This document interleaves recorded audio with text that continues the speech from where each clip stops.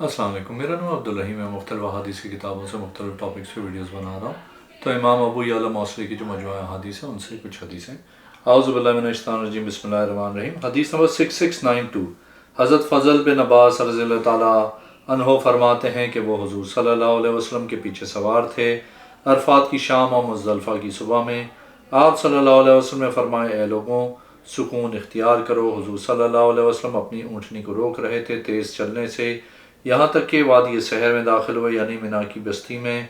آپ صلی اللہ علیہ وسلم نے فرمایا، تم پر ہے کہ ٹھیکری کی کنکری جس کے ساتھ جمرہ کو مارا جائے۔ آپ صلی اللہ علیہ وسلم مسلسل تلبیہ پڑھتے رہے جمرہ کو کنکری مارنے تک۔ ایک اور حدیث ہے 6693، حضرت فضل بن عباس رضی اللہ تعالیٰ عنہ فرماتے ہیں کہ حضور صلی اللہ علیہ وسلم نے بنی ہاشم کمزور لوگوں کو مزدلفہ سے دن ہی میں کوچ کرنے کا حکم دیا۔ ایک اور حدیث 6694، حضرت فضل بن عباس رضی اللہ تعالیٰ عنہ فرماتے ہیں کہ حضور صلی اللہ علیہ وسلم نے حضرت عباس رضی اللہ تعالیٰ عنہ کی ملاقات کی ہماری بستی میں، جب کتے اور گدھے ہمارے آگے چل رہے تھے۔ حضور صلی اللہ علیہ وسلم نے عصر کی نماز پڑھائی۔ آپ صلی اللہ علیہ وسلم نے ان کو پیچھے نہیں ہٹایا، نہ ان کو ڈانٹا۔ ایک اور حدیث ہے 6695، حضرت فضل بن عباس رضی اللہ تعالیٰ عنہ فرماتے ہیں میں رسول کریم صلی اللہ علیہ وسلم کے پیچھے بیٹھنے والا تھا، میں لگاتار سماعت کرتا رہا۔ آپ صلی اللہ علیہ وسلم تلبیہ پڑھ رہے تھے، یہاں تک کہ آپ صلی اللہ علیہ وسلم نے جمرہ عقبہ پہ رمی کی، بس آپ صلی اللہ علیہ وسلم رمی کر چکے تو تلبیہ پڑھنا بند کر دیا۔ ایک اور حدیث ہے 6696، حضرت فضل بن عباس رضی اللہ تعالیٰ عنہ سے مروی ہے، نبی کریم صلی اللہ علیہ وسلم جمرہ عقبہ پر رمی کرنے تک مسلسل تلبیہ پڑھتے رہے، بس آپ صلی اللہ علیہ وسلم نے 7 کنکریاں ماری اور ہر کنکری کے ساتھ تکبیر کہتے۔ ایک اور حدیث ہے 6697، حضرت فضل بن عباس رضی اللہ تعالیٰ عنہ سے روایت ہے، نبی کریم صلی اللہ علیہ وسلم نے نویں ذوالحجہ کے دن پیا، یعنی آپ صلی اللہ علیہ وسلم کا روزہ نہ تھا۔ ایک اور حدیث ہے 6698، حضرت فضل بن عباس رضی اللہ تعالیٰ عنہ فرماتے ہیں رسول کریم صلی اللہ علیہ وسلم عرفات کے میدان سے واپس لوٹے اور مزدلفہ سے اس حال میں کہ آپ صلی اللہ علیہ وسلم پہ سکون طاری تھا، حتیٰ کہ منا آگے بس وہ وادی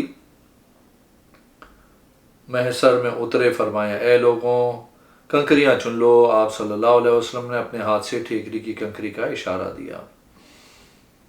ایک اور حدیث ہے 6699، حضرت فضل بن عباس رضی اللہ تعالیٰ عنہ سے روایت فرماتے ہیں میں رسول کریم صلی اللہ علیہ وسلم کے پیچھے سواری پہ سوار تھا، اور ایک عرابی جس کے ساتھ اس کی خوبصورت بچی بھی تھی، بس اس نے اس کی کہانی سنانا شروع کر دی، اے اللہ کے رسول، میں اسے پالوں گا، یہ امید کرتے ہوئے کہ میں اس سے شادی کروں۔ فرماتے ہیں میں نے اس کی طرف پوری توجہ سے دیکھا، جب میرے اس عمل کو رسول کریم صلی اللہ علیہ وسلم نے دیکھا تو رسول کریم صلی اللہ علیہ وسلم نے میرے سر کو پکڑ کے مروڑا، اس حال میں کہ آپ صلی اللہ علیہ وسلم تلبیہ پڑھ رہے تھے، یہاں تک کہ جمرہ عقبہ پر آپ صلی اللہ علیہ وسلم نے رمی فرمائی۔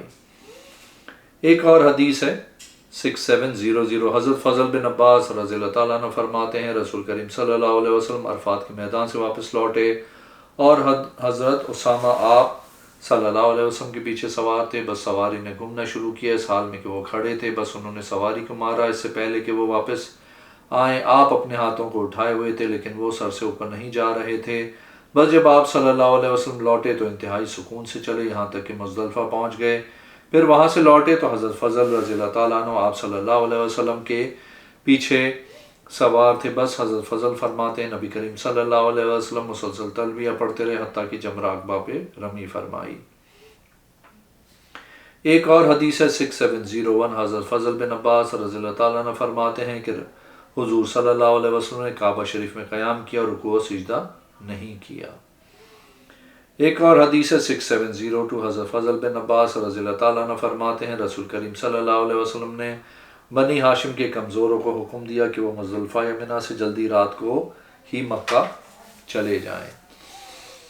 ایک اور حدیث ہے 6703، حضرت فضل بن عباس رضی اللہ تعالیٰ عنہ فرماتے ہیں رسول کریم صلی اللہ علیہ وسلم کے پیچھے سوار تھا تو آپ صلی اللہ علیہ وسلم نے جمرہ عقبہ پہ 7 کنکریاں ماریں، بس آپ صلی اللہ علیہ وسلم نے ہر کنکری مارتے وقت اللہ اکبر کہا۔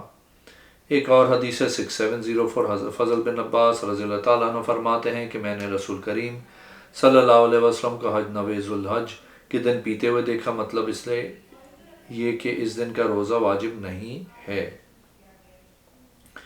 ایک اور حدیث ہے 6705 حضرت فضل بن عباس رضی اللہ تعالیٰ عنہ فرماتے ہیں بنو حسم قبیلے کی ایک عورت رسول کریم صلی اللہ علیہ وسلم کی بارگاہ میں حاضر ہوئی، عرض کیا اے اللہ کے رسول، بے شک میرے باپ پہ حج فرض ہو گیا ہے لیکن وہ بوڑھے آدمی ہیں، صحیح طریقے سواری پہ نہیں بیٹھ سکتے۔ آپ صلی اللہ علیہ وسلم نے فرمایا اپنے باپ کی طرف سے حج کر۔ حضرت معمر فرماتے ہیں حضرت یحییٰ بن ابو اسحاق حدیث بیان کرتے ہیں کہ حضرت سلیمان بن یسار نے سنا کہ اس عورت نے اپنی ماں کے بارے میں سوال کیا۔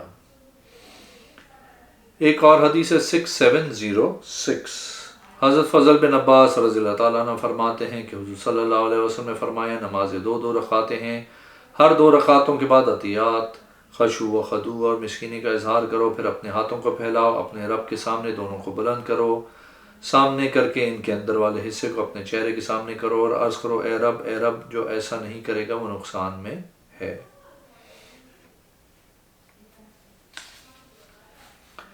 ایک اور حدیث ہے 6707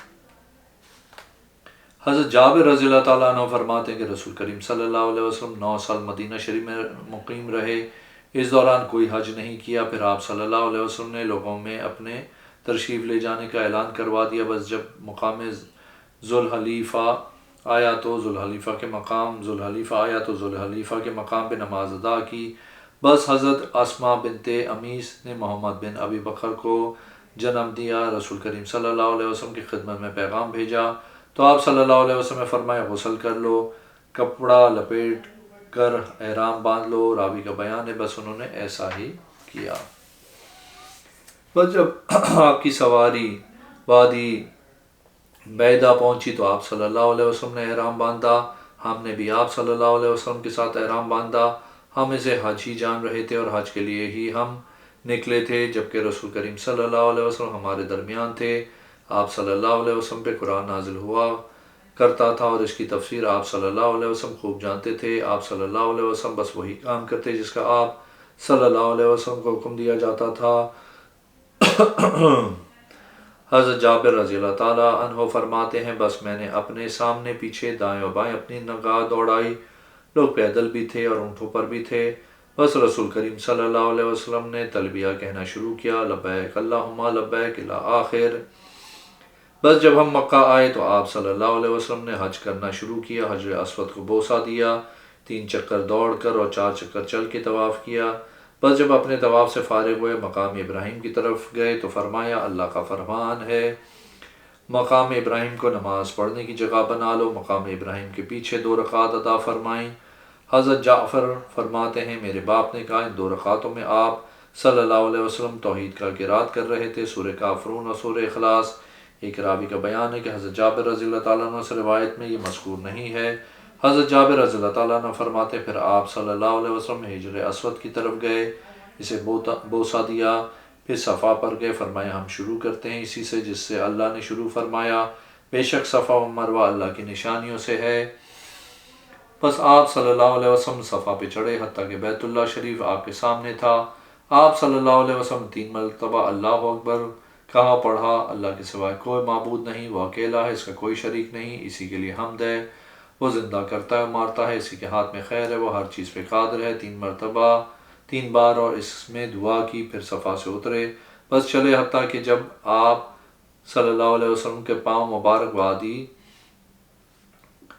مسیل کے درمیان ہوئے تو آپ صلی اللہ علیہ وسلم نے نماز پڑھی، حتیٰ کہ جب آپ صلی اللہ علیہ وسلم کے پیر مبارک بطن مسیل میں بلند ہوئے تو آپ مروہ کی طرف چلے، مروہ پہاڑی پہ چڑھتے یہاں تک کہ بیت اللہ آپ صلی اللہ علیہ وسلم کے سامنے ہو گیا۔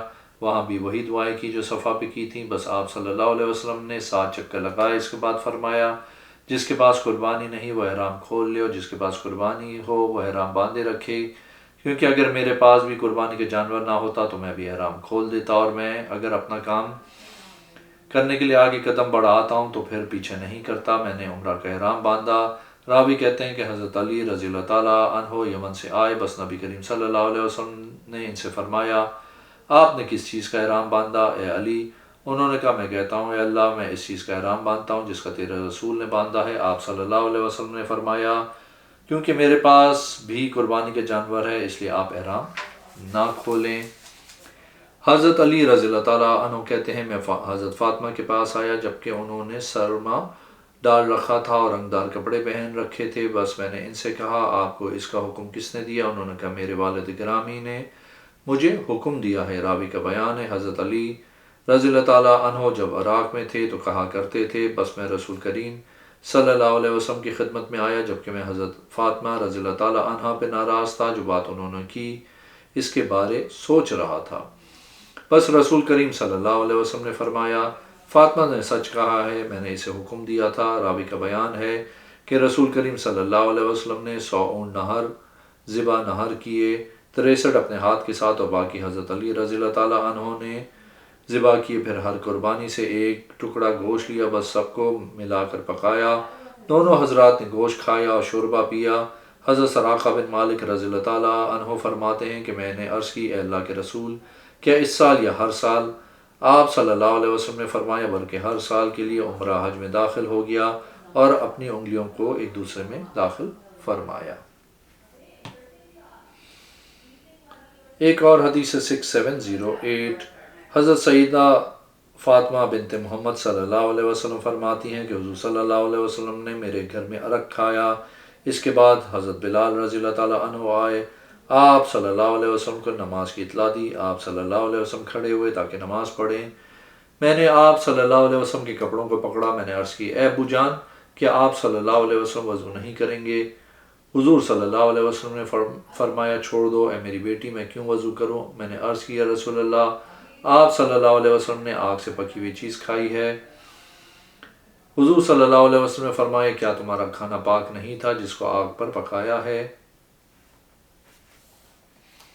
ایک اور حدیث ہے 6709 حضرت سیدہ فاطمہ بنت محمد صلی اللہ علیہ وسلم فرماتی ہیں کہ حضور صلی اللہ علیہ وسلم نے فرمایا ہر ماں کے بیٹوں کا اسبا ہے جس کی طرف سے وہ منسوب ہوئے، مگر فاطمہ رضی اللہ تعالیٰ عنہ کی اولاد کا ولی میں ہوں اور میں ہی ان کا اسبا ہوں۔ ایک اور حدیث 6710 نبی کریم صلی اللہ علیہ وسلم کی صاحبزادی حضرت فاطمہ رضی اللہ تعالیٰ عنہ فرماتی ہیں کہ رسول کریم صلی اللہ علیہ وسلم نے مجھے فرمایا بے شک حضرت عیسیٰ بن مریم علیہ السلام قوم بنی اسرائیل میں 40 سال ٹھہرے۔ ایک اور حدیث ہے 6711 حضرت ام سلمہ رضی اللہ تعالیٰ عنہ فرماتی ہیں کہ حضرت فاطمہ رضی اللہ تعالیٰ عنہ حضور صلی اللہ علیہ وسلم کے پاس آئیں، آپ صلی اللہ علیہ وسلم نے ان کے ساتھ کوئی راز کی بات فرمائی، آپ رضی اللہ تعالیٰ عنہ رو پڑیں، پھر کوئی راز کی بات فرمائی، آپ رضی اللہ تعالیٰ عنہ ہنس پڑیں۔ میں نے اس کے متعلق پوچھا، آپ رضی اللہ تعالیٰ عنہ نے فرمایا مجھے آپ صلی اللہ علیہ وسلم نے بتایا کہ میں نے اس سال دنیا سے چلے جانا ہے۔ میں رو پڑی، پھر آپ صلی اللہ علیہ وسلم نے فرمایا کیا تجھے پسند نہیں کہ تو جنت کی عورتوں کی سردار ہو؟ تو میں مسکرا پڑی۔ ایک اور حدیث ہے 6713 حضرت عائشہ رضی اللہ تعالیٰ عنہ فرماتی ہیں کہ حضرت فاطمہ رضی اللہ تعالیٰ عنہ چلتی ہوئی حضور صلی اللہ علیہ وسلم کے پاس آئیں، ان کی چال گویا کہ رسول کریم صلی اللہ علیہ وسلم کی چال تھی۔ آپ صلی اللہ علیہ وسلم نے فرمایا خوش آمدید میری بیٹی، ان کو اپنے دائیں یا بائیں طرف بٹھایا۔ آپ صلی اللہ علیہ وسلم نے ان کے ساتھ کوئی راز کی بات فرمائی، آپ رضی اللہ تعالیٰ عنہ رو پڑیں، پھر کوئی راز کی بات فرمائی، آپ رضی اللہ تعالیٰ عنہ ہنس پڑی۔ میں نے کہا میں نے آج کی طرح کوئی غم نہیں دیکھا جو خوشی کے اتنے زیادہ قریب ہو۔ رسول کریم صلی اللہ علیہ وسلم نے آپ سے کون سی چیز راز میں کہی؟ انہوں نے کہا میں رسول کریم صلی اللہ علیہ وسلم کا راز فاش نہ کروں گی۔ بس جب آپ صلی اللہ علیہ وسلم کا وصال ہوا تو میں نے اس کے متعلق پوچھا، آپ رضی اللہ تعالیٰ عنہ نے فرمایا مجھے آپ صلی اللہ علیہ وسلم نے بتایا کہ حضرت جبرائیل علیہ السلام ہر سال میرے پاس آتے تو مجھ سے ایک مرتبہ قرآن کا دور کرتے، بس اس سال آ کے انہوں نے 2 بار دور کیا۔ میرا خیال ہے کہ میں نے اس سال دنیا سے چلے جانا ہے اور تمہارے لیے میں آگے جانے والوں میں کیسا بہترین ہوں اور میرے اہل بیت میں سے تو سب سے پہلے مجھے آ کر لے گی تو میں رو پڑی۔ پھر آپ صلی اللہ علیہ وسلم نے فرمایا کیا تجھے پسند نہیں کہ تو جنت کی عورتوں کی سردار ہو؟ تو میں مسکرا پڑی۔ ایک اور حدیث ہے 6714، حضرت عبداللہ بن عمر فرماتے ہیں کہ ایک دن ہم رسول کریم صلی اللہ علیہ وسلم کے ساتھ کسی کو قبر میں اتارا، بس جب آپ صلی اللہ علیہ وسلم فارغ ہوئے واپس لوٹنے لگے تو راستے میں کھڑے ہو گئے، بس ہماری نظر پڑی تو ایک عورت تھی جو اپنے کام کی طرف متوجہ تھی۔ ہم گمان نہیں کرتے تھے کہ آپ صلی اللہ علیہ وسلم نے ان کو پہچانا ہو، بس جب وہ قریب ہوئیں تو وہ فاطمہ بنت رسول صلی اللہ علیہ وسلم تھی۔ بس رسول کریم صلی اللہ علیہ وسلم نے ان سے فرمایا اے فاطمہ، اپنے گھر سے کسی کام کو نکلی ہو؟ آپ نے عرض کی اللہ کے رسول، اس گھر والوں کے لیے ان کی فوحیدگی کی وجہ سے اور ان کے لیے میرے دل میں ہمدردی پیدا ہوئی، یا آپ نے یہ قول کیا کہ میں ان کی دلجوئی کروں گی؟ راوی کو یاد نہ رہا کہ آپ نے ان دو میں سے کون سا لفظ کہا۔ حضرت رابعہ کہتے ہیں رسول کریم صلی اللہ علیہ وسلم نے فرمایا شاید تو ان کے ساتھ قبروں تک گئی؟ آپ نے عرض کی اللہ کی پناہ، جبکہ میں آپ سے سن چکی ہوں اس کے بارے ذکر کرتے جو آپ ذکر کرتے ہیں۔ آپ صلی اللہ علیہ وسلم نے فرمایا اگر بے صبری سے قبروں تک پہنچ جاتی تو تجھے جنگ دیکھنا نصیب نہ ہوتا حتیٰ کہ تیرا نانا اسے دیکھے یا دادا۔ فرمایا ابو یحییٰ کو اس میں شک ہے، بس میں نے ربیہ سے قضا کے بارے میں پوچھا، بس انہوں نے جواب دیا میرا گمان ہے اس سے مراد قبریں ہیں۔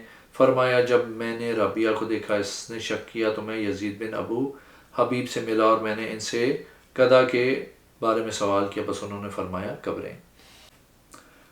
حضرت یزید بن ابو حبیب فرماتے ہیں رسول کریم صلی اللہ علیہ وسلم ایک آدمی کی جنازے کے لیے تشریف لائے، بس جب جنازہ رکھ دیا گیا تاکہ آپ اس کی نماز پڑھیں تو آپ نے ایک عورت کو دیکھا۔ آپ نے اس کے بارے میں سوال کیا تو عرض کی گئی اللہ کے رسول وہ میت کی بہن ہے، تو آپ نے اس سے فرمایا واپس لوٹ جا، اور آپ نے اس وقت اس پر نماز نہیں پڑھائی جب تک وہ آنکھوں سے اوجھل نہیں ہو گئی۔ حضرت یزید کا قول ہے حضرت ام سلمہ ابو سلمہ کی میت کے پاس آئی تھیں۔ اگر آپ نے میرے چینل کو اب تک سبسکرائب نہیں کیا تو پلیز کیجیے، اس ویڈیو کو لائک کیجیے۔ اگلے میں انشاءاللہ حاضر ہوتا ہوں۔ اللہ حافظ۔